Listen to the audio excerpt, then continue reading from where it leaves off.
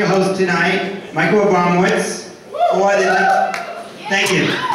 That's my funniest joke. I guess they also like to use that formal term, Master of Ceremonies. So I guess that sounds pretty cool. But anyways, welcome to the second annual Moritz Comedy Night. I got all these copies of what I haven't even done a joke. This is awesome. Well, I'm grateful that Dean Michaels let this be the second annual comedy night after the masturbation jokes, the penis jokes, and the ostrich blowing jokes. I swear that last year would have been the first and only comedy night. But I guess he let us go by. I guess the problem with this being the second comedy night, when I had this plan for comedy night, I thought, you know, I got a couple jokes, I can do this. But the problem is, for those that don't know, because they weren't here last year, like Main Journal, I'm deaf in my right ear. So last year, it was like my gimmick, my go-to thing, like, you know, I got all these deaf jokes.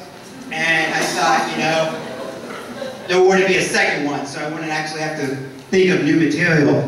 So, that's kind of the bad problem about today. So I gotta figure out some new stuff. But if it sucks, feel free to boo, because I'm deaf, I won't hear you. Speaking of Main Journal, I want to give a shout out to Barbara Jordan. Is she here? Yes, thank you. An important note for Dave Twombly. First rule of Main Journal EIC, don't schedule banquet on comedy night. So, it's kind of sad though. I kind of enjoyed last year when all those Main journalists got up, stand up, and started walking out to the aisle saying, "Excuse me, Main Journal, excuse me, Main Journal." Some of them little, you know, little classy tone. I totally recycled that joke from last year. So, also, you could have seen the people with the boxes. We're raising money this year. We're trying to do good, so we might be saying a lot of bad stuff today, so at least we'll try to do good. The PILF, Public Interest Law Foundation, if you can donate, that'd be awesome. Just remember, we gave you free food, we're giving you free entertainment. We have a professional comedian here tonight who actually rescheduled his bid at the Funny Bone to be here. Okay? I mean, I know you guys are dirt poor, unemployed law students, but you can give something. And exams are around the corner, and there's this, you know, this belief that, you know, when you donate, good karma happens. So I'm just saying, you don't have to, but it would be appreciative. Now, I guess I have to do my little forewarning about the evening. This is comedy night, we're trying to be fun, but I guess we're going to try not to be offensive. That could be difficult. I've learned the past couple months, any kind of photo you do and put on the wall can offend anybody. So, anything, you could have leather shoes on and piss off, you know, animal rights activists. It's really, really tough. So we're going to try not to offend you. But if we do, please contact my friend, Nikki Basinski.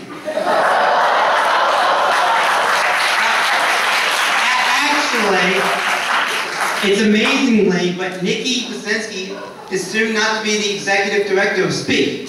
So actually contact Megan Odell.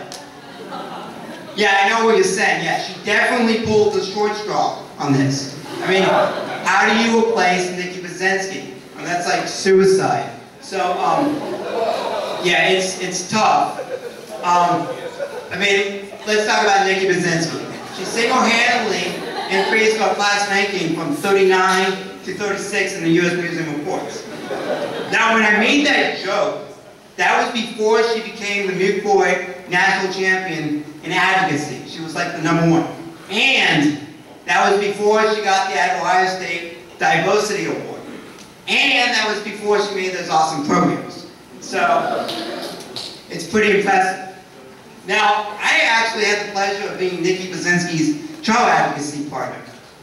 I know what many of you are saying, but this may surprise you. She actually asked me to be a partner. She had to pick up Little and she chose me. However, everyone says she's a big proponent of charity. So I think of her.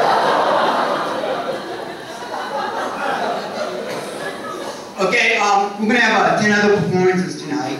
And some of them may be nerves. You know what they say about nerves? Like, just pretend the crowd is naked. Well, that's kind of difficult for me because my parents are sitting in the front row. Don't worry, I love them and I forewarned them about that. So, I just, you know, want to see them with the clothes on. Okay, you know, growing up, you had, you know, your fun games, Heads Up, 7 Up, Ring Around the Rosie, Tag. For me, and then there was also telephone. I don't know if many of you are familiar with telephone. Basically, it's the game where you whisper in someone's ear and you tell them a thing. Let's say, for example, Rick Simmons is a professor of law.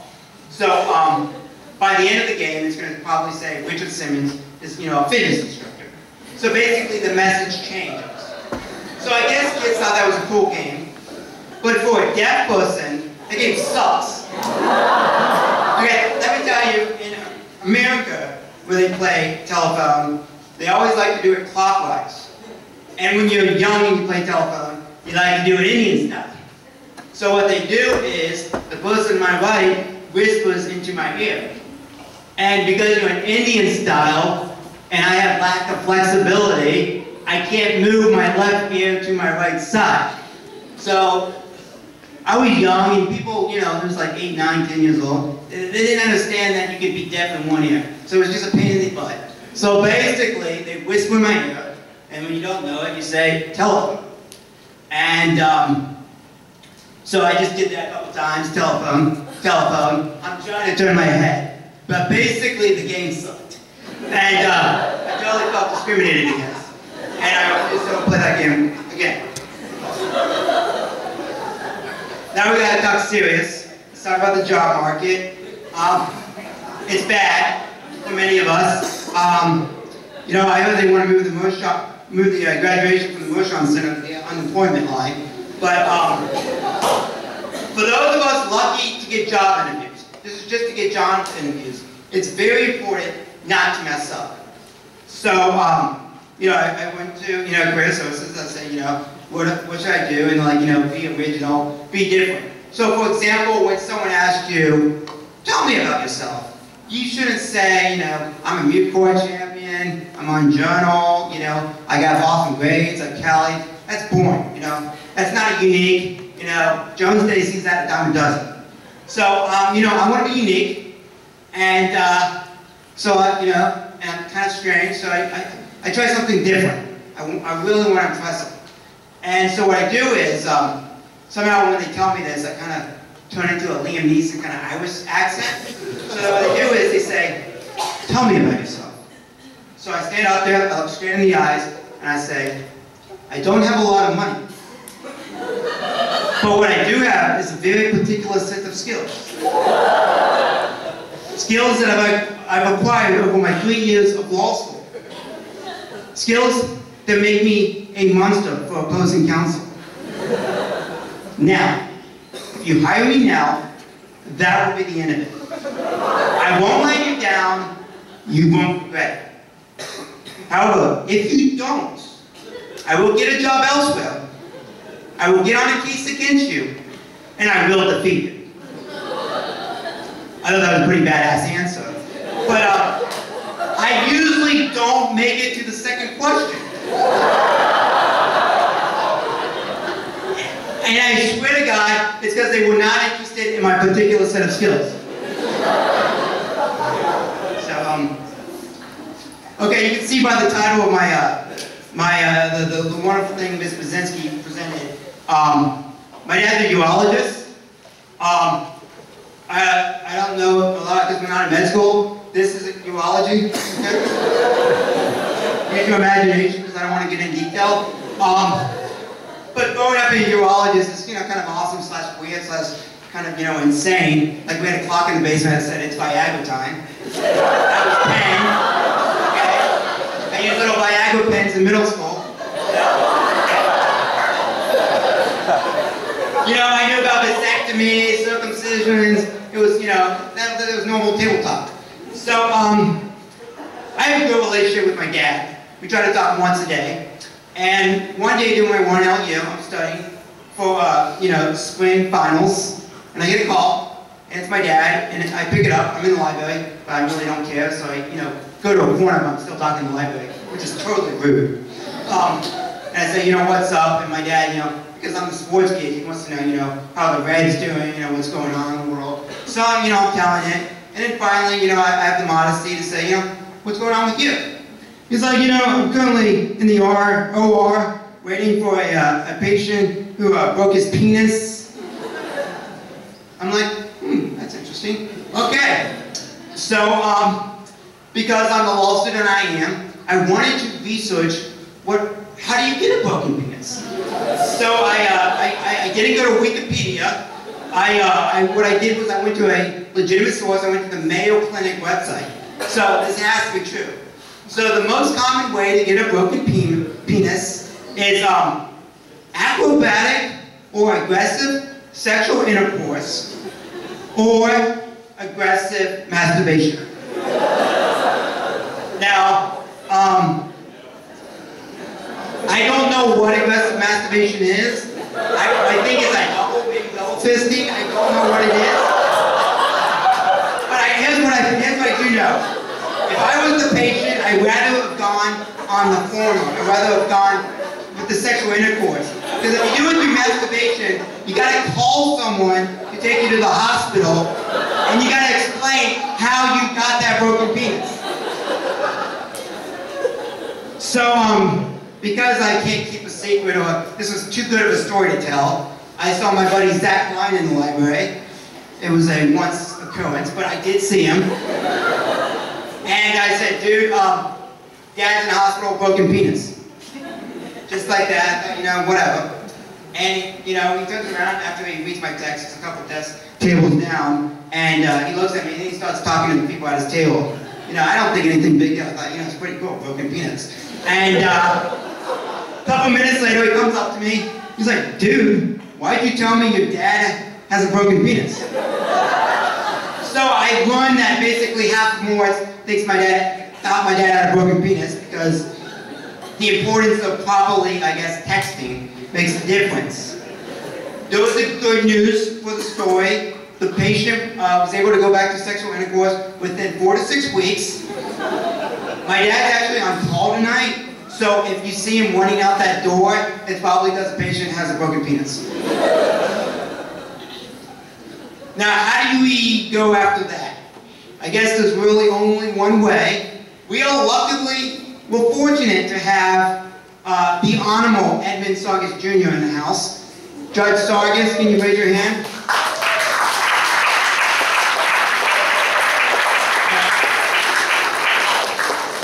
Besides having a wiki page and being a federal judge, Judge Sargis is also an adjunct at Moritz. He teaches trial advocacy, and he also teaches a seminar in the spring. Okay? Now, when I said we had a federal judge in the house, I bet a lot of 1Ls and 2Ls got excited. Like, this is my opportunity. You know, we call these people gunners. And they're like, this is my opportunity to suck up. I bet a couple of you probably have your resume on you. But anyway, I'm going to help you out. I know Judge Sargis pretty well.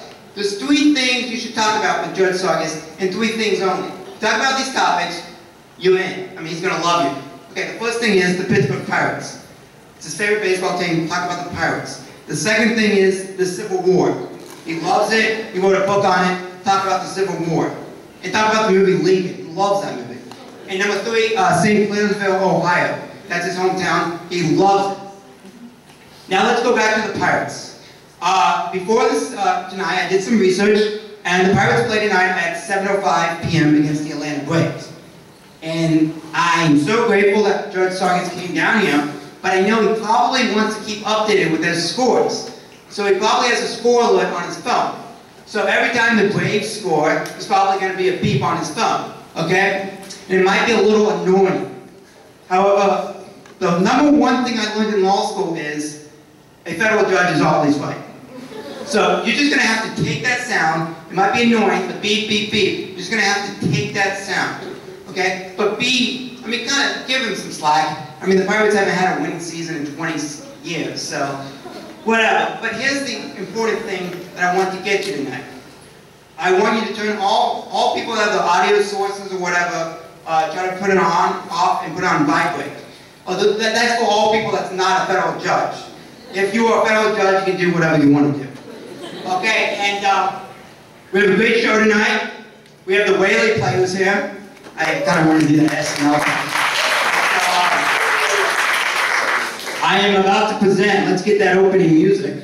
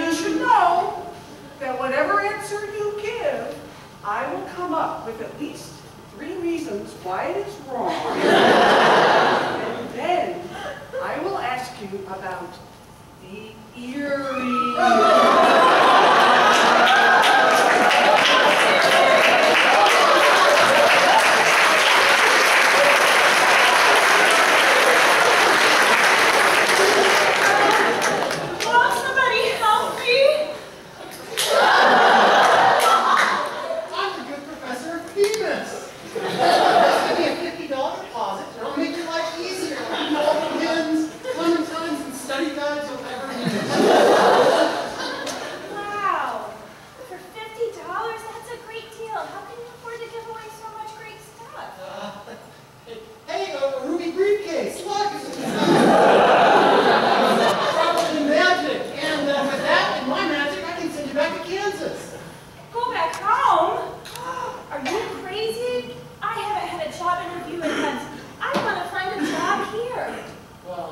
know this isn't the real world, right? It's kind of hard to come by here in the land of laws.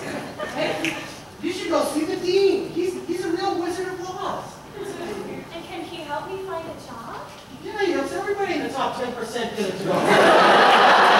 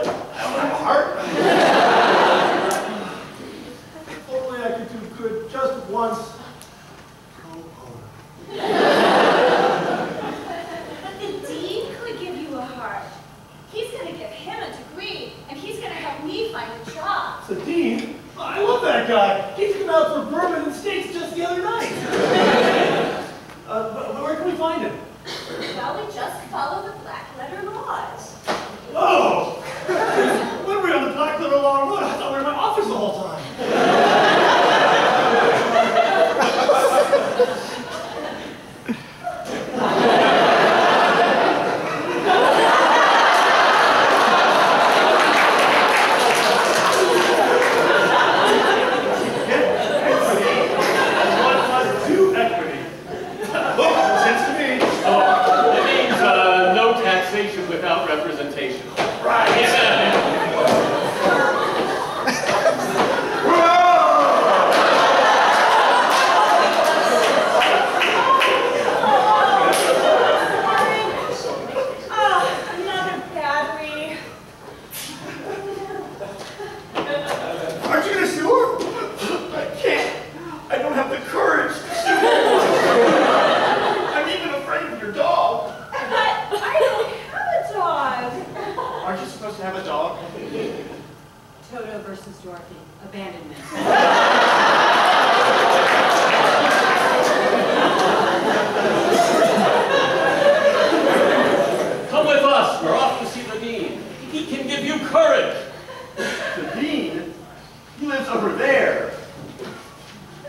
He's so scary. So tall and imposing. The dean lives or works in that shabby rundown building?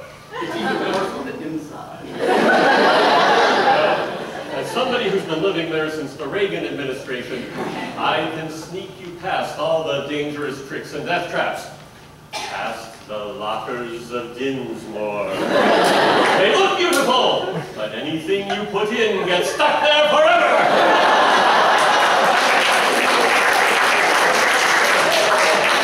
Through the mysterious land of fourth floor, many make their way up, but only those with the strongest of cardio regimes come back down. And then there's a cafe of lose, which actually is kind of nice. So expensive, I guess, but yeah, what are you gonna do?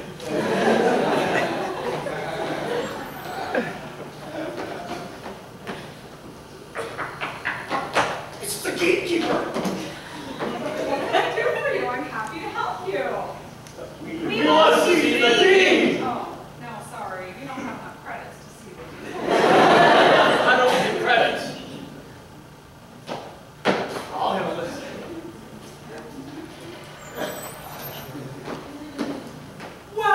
Welcome to my house, students, alumni, parents, and family.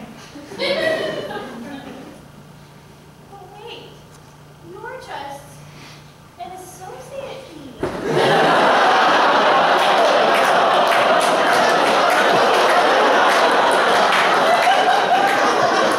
That's true, Dorothy. There is no dean of law. He's just a figurehead that we put up there at alumni functions. Bring a sense of awe and power to what we're doing. I'm the one who really runs the law. You're nothing but a humbug. Yes, I'm sorry. I really am just a humbug. But I know a lot of really neat tricks. And I'd love to help you all. Is there anything I can do to help you? I don't know if you can help us or not. The Scarecrow wants a degree. And the Tin Man wants a heart. And the Lion wants courage.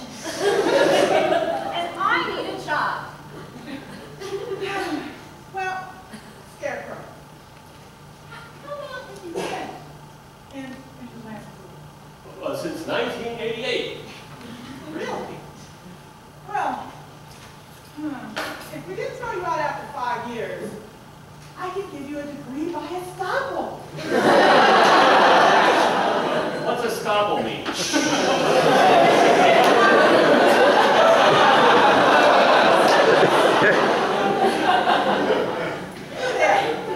Tin Man. You want to do pro bono work? I hereby appoint you Director of Clinical Programs.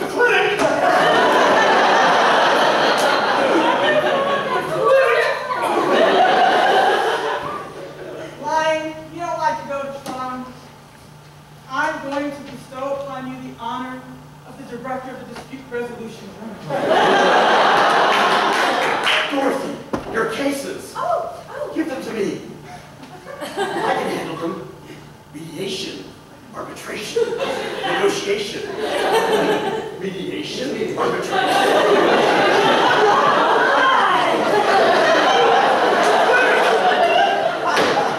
about you, Dorothy? I need a job. But don't you want to go back home with the Janitors? No, I can't go back there. I really need a job. Are you hiring? Well, I'd love to hire you myself. But I'm afraid things are kind of tight lately and I don't have much more room around. But I have an idea just as good.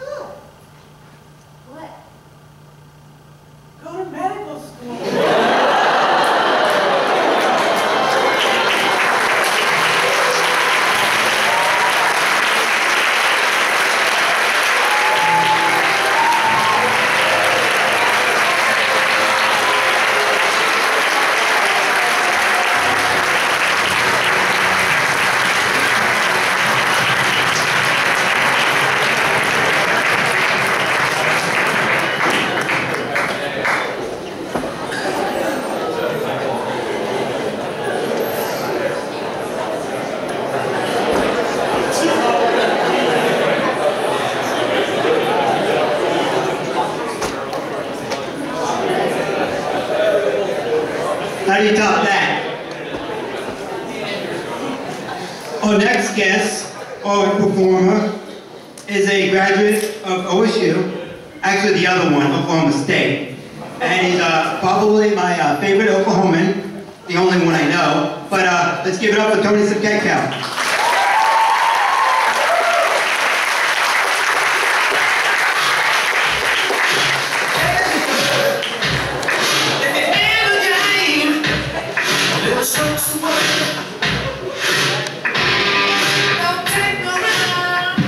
Well, this is going to be awkward because after, you know, those childhood flashbacks from Wizard of Oz you got with professors and those heartwarming dick jokes that Romulus told, I'm going to go ahead and say that I am going to say fuck and shit. Just get that out of the way. It's happening. And also, in case you're wondering about the aggressive masturbation of Romulus, back where I'm from, I think it refers to masturbating with an angry face or a little you know, he doesn't like a little So, confession. I take dumps.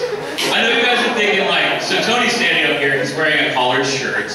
He's very well spoken, he seems to have his life together. There's no way this guy takes dumps. Well, I do. A lot of them. And you know, I walk through Moritz every day and I hear people talking about jobs, grades. You get grades once a semester and you get jobs like never. But you take dumps once a day, at least once a day. Maybe twice if you're lucky, or if you won the genetic lottery, more than that.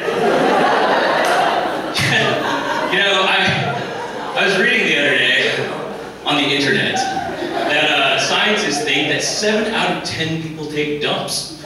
And if my math is right, which is probably not because I'm in law school, law school math joke, that no longer makes dumpers the minority. And for once, it's really nice not to be the minority. Thanks, Law Students Association. You know, I even actually heard that women nowadays are taking dumps. We're becoming more progressive every day. And if you don't believe me, just go attend a speak session, because somebody has to.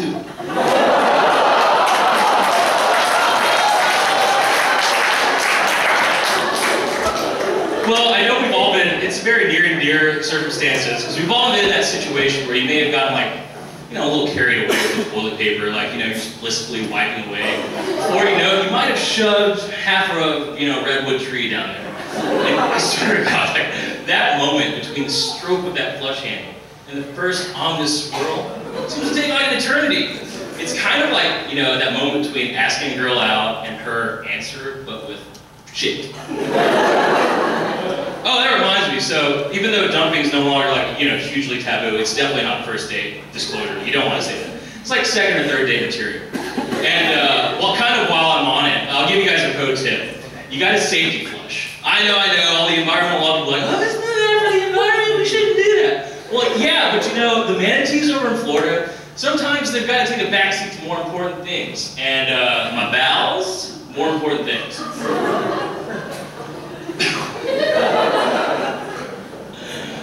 But yeah, anyway, so you gotta safety flush. You gotta really resist that temptation to kind of just sit back and, you know, marvel at your feces beast. Because I know we've all done that to you or two. Definitely not worth the embarrassment you will face from having to ask your girlfriend's grandparents where they keep the plunger.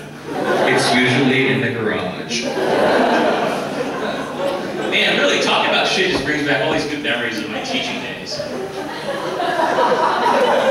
Could you believe they let me teach children? I'm an awful human being. It's like, one day I was in college, like waking up drunk in roadside ditches. That's a real thing. I'm like, hey, you know what you should do? You should totally like shape the future of America, teach kids how to reach.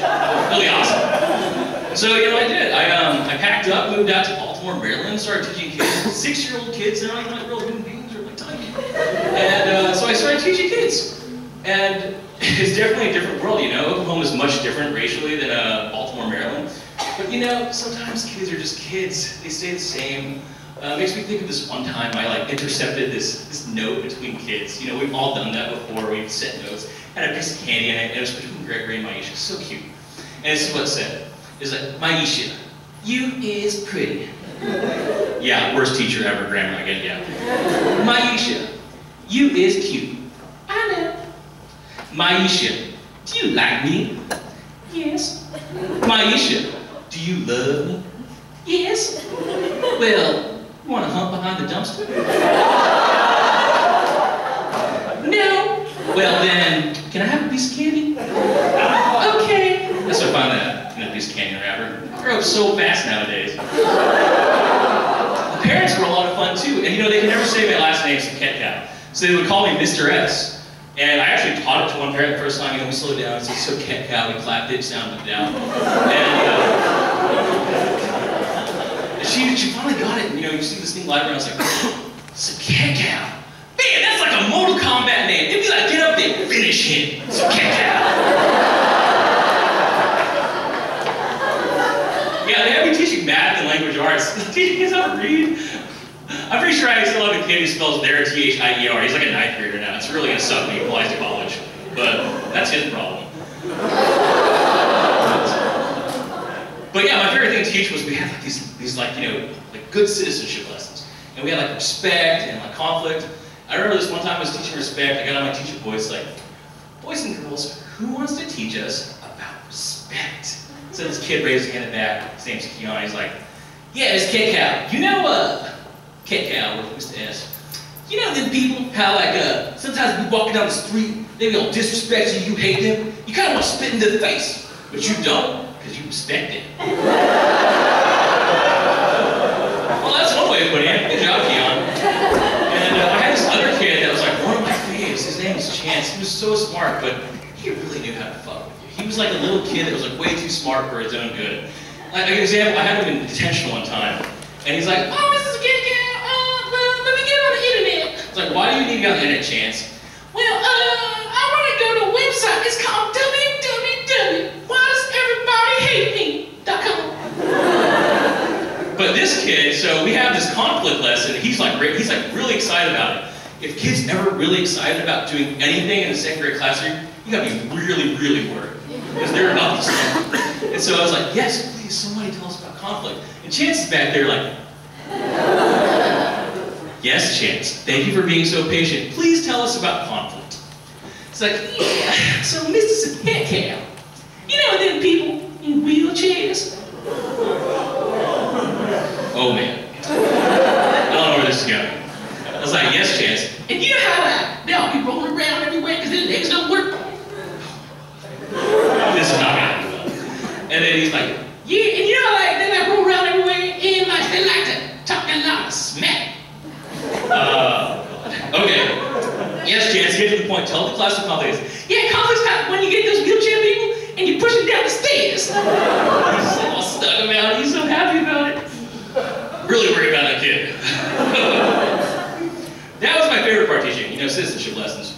Worst part about teaching is the fighting. God, I hate fighting. Why can't we just get along? And it's not the same fighting I had, you know, growing up in Oklahoma, where it's like, oh, let's hit this one kid. This other kid cries, we stop, you know, everyone's really upset, we call the parents. This kind of fighting is like really, really elaborate. You can sell tickets to it. Like, I saw this UFC fight the other weekend. They were doing half the shit these kids are doing. They're like on one knee, beating the shit out of each other. And like, it was pretty ridiculous. Thinking in retrospect, I probably should have stopped them. But it was way too cool, and everyone knows if Mikey really wanted him to stop, he would have tapped out. Everybody knows that. I had this other kid too. Let's call him D. And D walks up to me one time whenever I'm doing stuff. And he's like all cries, like, oh, can I go to the nurse's office? And I was like, no, Mr. S is busy, leave me alone. Yeah, I probably said way meaner than that. Let's not kid ourselves. And I was sitting there at my desk. I was busy, you know. I was grading, and by grading I mean I was on Facebook. But he wouldn't stop crying. Go to the nurse's office. So I turned around. I look at this kid. So he's got a shaved head, and out of the top of his head there is a sharpened #2 pencil sticking out this straight out of his head like a fucking unicorn or something, you know, with a pencil. I was obviously shocked, blood running down his face and everything. I look at D and it's like, D, did you mean, may I go to the nurse's office? He never messed that up again. Yeah, boy fights I could deal with. Girl fights were the worst. Because boys, they're fighting for respect, they're fighting to be macho. Girls, they're fighting for blood. They want to kill each other. It's awful. I mean, okay, so example, you look out and you see like what's going on in the classroom after a boy fight. You can never know if there's a fight. It's exactly the same. Girls, you look out there and you see like there's like braids of hair, random chunks of skin, sometimes a braid of hair attached to a random chunk of skin. And always, that one random little My Little Pony folder they were fighting over. It's not worth it, girls. It's totally not worth it. So I've come a long way from coming from Oklahoma. That's that silence for the people from Oklahoma. Just go like, woo, Oklahoma. Yeah, you guys don't fucking exist. So it's, you know, whatever. And there's a lot of stereotypes from Oklahoma. It's kind of upset. Oh yeah, first off, thank you, Moritz, because before I got the whole, like, you know, where are you from? Oklahoma, where are you really from? Never had people ask me that so many times, ironically, until 1L orientation. That's my life. There you go. Thank you very much.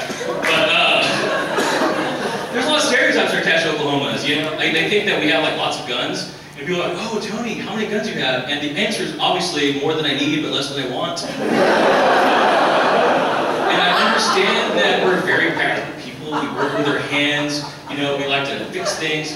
But seriously, all my friends, just because I'm from Oklahoma and I can fix things, don't ask me because I don't have enough time to fix all your internet connections or your computers.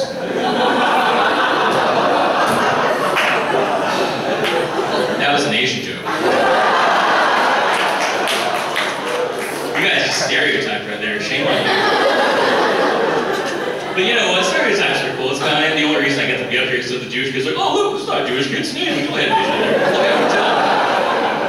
well, I'm still happy to be here. I'm having a good time with you guys talking and stuff. But I mean, there's like other stereotypes. People stereotype so hard. It's my personal mission to just totally fuck with you. And I want to give you all, I do that by giving you a false stereotype. Just kind of implant in your head. So I talk to my friends sometimes like, oh yeah, you know, people in Oklahoma, we totally know how to castrate like anything. You give me something balls, I will chop it off, deep fry it, and I will serve it to you deliciously. Because we can do that. Or even better, like, oh yeah, you know, all the teachers that you know growing up K through 12, they totally know hand-to-hand combat. And they're like, what? Well, you know, you guys have those professional days, right? And you're not going to school on professional days, and your teachers have to be doing something. It's not like they're just like standing up there and like your math teacher already knows how to teach math. He doesn't have to learn how to teach it again. So he's obviously learning karate or Krav Maga or something cool. So can you imagine this guy that like relies on stereotypes? He gets like jumped in the alley one day. He's like, oh yeah, back off! I got my kindergarten teacher friend. You know what they say about that? The other's like, no, don't beat the shit out of you, okay? Another stereotype I kind of like is the whole I'm a 27-year-old single guy. I probably play Call of Duty. I don't like it because, you know, not because it's not true, because it is, but because it hurts my feelings. And yes, I am 27-year-old, a 27-year-old guy, and I am single, so ladies, if you're out there looking, look elsewhere, because I have Call of Duty. It keeps taking a lot of my time. But if you have an Xbox, look me up. Frat Daddy 5K, all lowercase. That's for girls. People always think, I don't play Call of Duty because I'm a violent person. I do it because I love people watching. So if you guys like go to the state fair, you like see people with the mullets, you know, the people, Walmart type people, Call of Duty is so much better. Imagine if it was like the state fair, but everyone had the voice of an 8-year-old kid. And he was wearing army fatigues and carrying an AK-47. And anytime he shot you, he'd go over your dead body, squat over your face. And that's the whole thing. But you do some really wacky shit whenever you play Call of Duty. The other day, this kid was like talking about his day, like, yeah, I got a dog today, I was so happy. And it's like, well, and this other kid's like, shut up, man, if you need a friend, get a dog. Well, he obviously needed a friend, and he was talking about his dog, man. And I was kind of upset because, yeah, maybe this kid, I'm happy for the kid because he's got a friend now. I'm a little upset because my Call of Duty community just got like a little bit smaller that day. And that's one less person for me to go out and shoot and squat over the head when I kill him, right? Yeah, Call of Duty's a lot of fun. You guys should really get into it. The one thing I don't like though, this is really mean. For some reason, whenever you hear a girl on Call of Duty, everyone's like, oh, it's a bitch. Get me a sandwich, bitch. Go in the kitchen. You should be killing people. Go get me a sandwich. It's my personal mission to like defend these poor girls. Because they should be doing all the other things, you know, little boys are doing, like playing Call of Duty and squatting on dead people. And so the way I do it is like, oh, I get on Call of Duty and I'm like, oh, yeah, you want a sandwich? I got a sandwich for you. Big salami sandwich.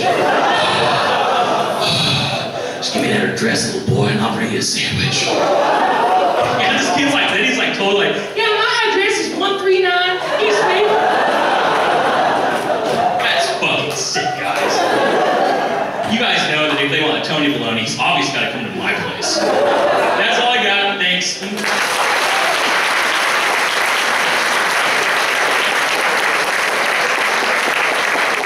That was awesome. Thanks, Tony. She's back. Our next guest is the Queen of Abad. For those that took that sign up for the that transaction class next year, you're missing out. You're missing out on Poetry Jam. So I just want to let you know. And after tonight, you may want to reschedule and sign up for Abad. So ladies and gentlemen, Professor Beasley.